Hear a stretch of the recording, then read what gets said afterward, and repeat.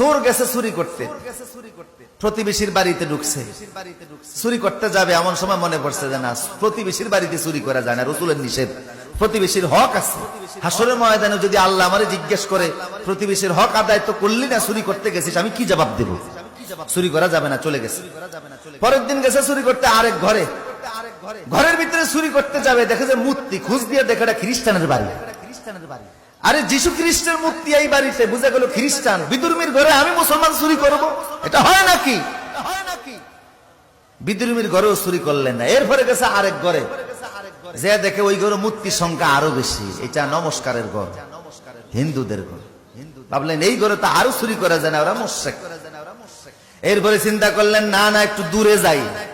চতুর্থ রাতে দূরে চলে গেছে এক বাড়িতে, ঘরে যে ঢুকছে চুরি করবে।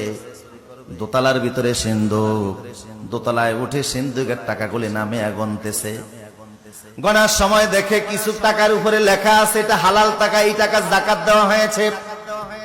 কিছু টাকার গায়ে লেখা এটা অবৈধ টাকা, এই টাকা যাকাত এখনো দেওয়া হয় নাই। চোর চিন্তা করে চুরি যখন করবো তো হারাম টাকা চুরি করে লাভ কি? হালাল টাকাই করি যেটা যাকাত দেওয়া হয়েছে। এখন যাকাত দেওয়া টাকা সে গণতেছে। আপনারা কি মনে করেন ওর গণার কারণে সময় কি স্টপ থাকবে না? সময় চলতেছে। কিছুক্ষণ পরে দিছে ফজরের আজান। চোর চিন্তা করে আরে আগে নামাজ পরে চুরি। এখন চিন্তা করে নামাজ পড়তে গেলে তো আজান দেওয়া লাগে, আজান ছাড়া আবার নামাজ হয় কি করে? নিজে ঘরের দোতলা দাঁড়িয়ে আজান দেওয়া শুরু করছে। ঘরের দোতলায় কোত্থেকে মুয়াজ্জিন আসলো, আজান দেওয়া শুরু করেছে। তাড়াতাড়ি তাহাজ্জুদ নামাজ পড়ে দোতলায় যেয়ে দেখে একটা যুবক ছেলে দাঁড়িয়ে আছে। এই যুবক তুমি কোত্থেকে এসেছো? আমনে কে? উনি বলে আমি এই ঘরের মালিক। কয় ফজর নামাজ পড়ছেন নি? কয় না এখনো পড়ি নাই। উযু আছে নি? কয় উযু তো আছে। একামত দেন মিয়া। চোর হইলো ভালো করে জানে যে নামাজ পড়তে হলে আজানও দেওয়া লাগে, একামতও দেওয়া লাগে। বললো একামত দেন। বুড়ারে পাশে দাঁড় করায়া একামত দিয়েছে, নামাজ পড়া শুরু করে দিয়েছে। এত সুন্দর তেলাওয়াত, ঘরের মালিকের চোখ থেকে টপ টপ করে পানি পড়া শুরু হয়ে গেছে। এই যুগের বহু আলেমের চাইতো সেই যুগের সুরের তেলাওয়াত অনেক শুদ্ধ ছিল। কথা বলেন ঠিক কি না? ওরা তিলেল কোরআন তার তিলা, কোরআন তেলাওয়াত করা লাগবে শুদ্ধভাবে। কিভাবে? কিন্তু বহু মুসলমান আছে 70 থেকে 80 বছর বয়স হয়ে গেছে, 40 বছর নামাজ পড়তেছে, এখনো তেলাওয়াত শুদ্ধ। রাসূল বলেছে রুব্বা কারিন আল কুরআন ইয়ালআনুহু, অনেক মুসলমান আছে কোরআন তেলাওয়াত করে অথচ কোরআন তাদেরকে অভিশাপ দেয়। এই অভিশাপ থেকে বাঁচতে হলে কেরাত শুদ্ধ করার দরকার আছে না নাই? আর বাংলাদেশে এর চাইতে বড় সুযোগ আর দুনিয়ার কোন দেশে নাই। কারণ এত আলেম, এত মসজিদ, এত মাদ্রাসা পৃথিবীর আর কোন দেশে। আমার প্রিয় সুদীপ, নামাজ পড়া যেমন ফরজ, কেরাত শুদ্ধ করাও। চোর তেলাওয়াত শুনে গৃহস্থ মানে খুশি হয়ে গেল, খুশি হয়ে বলে তুমি কে? তোমার পরিচয় দাও। বড় সুন্দর কণ্ঠ দিয়ে নামাজ পড়িয়েছো, আমি বড় মুগ্ধ হয়ে গিয়েছি। চোর বলে আর পরিচয় দেওয়ার দরকার নাই, যা হওয়ার তা হয়ে গেছে, আমি যাচ্ছি, আসসালামু আলাইকুম। উনি বলে না, পরিচয় দেওয়া লাগবে। কেন এসেছো আমার ঘরের দোতলায়? তুমি কেন আসছো? কেমনে ঢুকছো?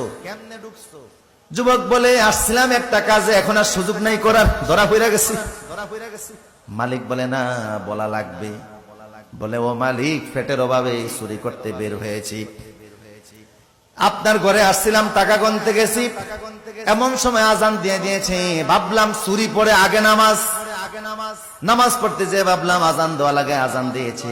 আপনি আসলেন, একামত দিয়ে জামাতের সঙ্গে নামাজ পড়েছি। এখন আপনার সামনে আর আপনার টাকা নেই কেমনে? উনি বলে আমার ঘরে কি এই প্রথম আসতো না? অন্যান্য ঘরে গিয়েছিলাম, খ্রিস্টানের ঘরে মূর্তি দেখে অমুসলিমের ঘর, সে অমুসলিমের ঘরে থেকে আমি চুরি করি নাই। এরপরে গিয়েছি আমি হিন্দুর ঘরে, অমুসলিম ইসলামের দুশ্মন, তার ঘরেও চুরি করি নাই। এরপরে গিয়েছি প্রতিবেশীর ঘরে, তার ঘরেও চুরি করি নাই। তারপরে আসছি আপনার ঘরে। এইভাবে করে আপনার ঘরে আইসাও তো নিতে পারলাম না। উনি বলে তুমি যাইতে পারবা না, তুমি এখানেই থাকো। তালা মাইরা নিজে নিচে গেছে, যুবকের ঘরে আটকে নিচে চলে গেছে। স্ত্রী রে নিজের কন্যা বিবাহের উপযুক্ত হয়েছে, একটা মুত্তাকি ছেলে তালাশ করতেছিলাম। আমার তো আর সন্তান নাই, ছেলেও নাই, মেয়েও নাই, একমাত্র মেয়ে ছাড়া। বিশাল সম্পত্তির মালিক আমি। একটা মুত্তাকি ছেলের হাতে মেয়েটাকে তুলে দিতে চাইছিলাম। এখন সেই মুত্তাকিরে আমি উর্ফে তালা মাইরা থুইছি। বউ কয় মুত্তাকি বুঝি উর্ফি দিয়াই, ঘরের দরজা আছে না? কিভাবে ওখানে তালা মারলেন? কয় বউরে আসছিল ফ্যাটের অভাবে চুরি করতে। চুরি করতে আসছে, কিন্তু চুরি করে নাই। আমার মনে সুযোগ পায় নাই, সেই জন্য নিতে পারে নাই, ধরা পড়ে গেছে। আমার মনে হয় তার হাতে যদি আমার গোটা সম্পদ তুলে দেয়, তার দ্বারা তসরুপ হবে না। কারণ অভাবের সোর এক জিনিস, আর স্বভাবের সোর। অভাবের সোর যারা, তাদেরকে অল্প দিলেই তুষ্ট হয়ে যায়। ফেটের খিদা মিটে গেলে আর বাজে চিন্তা করে না। আজ যারা স্বভাবের সোর, হাজার হাজার কোটি টাকার মালিক হওয়ার পরেও স্বভাব থেকেই যায়। কখনো মালয়েশিয়াতে সেকেন্ড হোম করে, এরপরে লোভ হয় আমি কানাডায় করি। এত লোভ মিটে না, তারপরে যে আমেরিকাতে, লন্ডন সহকারে বিভিন্ন দেশে হাজার হাজার কোটি টাকা ফাটায়, তারপরেও তার লোভ মিটে না। এমন চোর আছে না নাই? কে বলছে চোর আছে? চোর থাকলে তো হাত কাটা হতো। কথা কোন ঠিক কিনা? কারণ কোরআনে চোরের বিধান কি? আস-সারিকু ওয়াস-সারিকাতু ফাকতাউ আইদিয়াহুমা। আল্লাহ বলেছে চোর যদি চুরি করো তার হাত কেটে দাও। এই আইনটা কি দুনিয়ার মানুষের না আল্লাহর? আল্লাহকে আইনটা বুঝা দিছে না? না বুঝা দিছে। দুনিয়াতে যত মানুষ আছে বানাইছে কে? কথা বলেন, কে বানিয়েছে? আবার অপরাধ করার কারণে হাত কাটার বিধানও দিয়েছেন কে? আল্লাহ। বুঝা গেল মানুষের কল্যাণে যে আইনটা দিয়েছেন, এটা বড় বড় আইন না, কল্যাণকর আইন।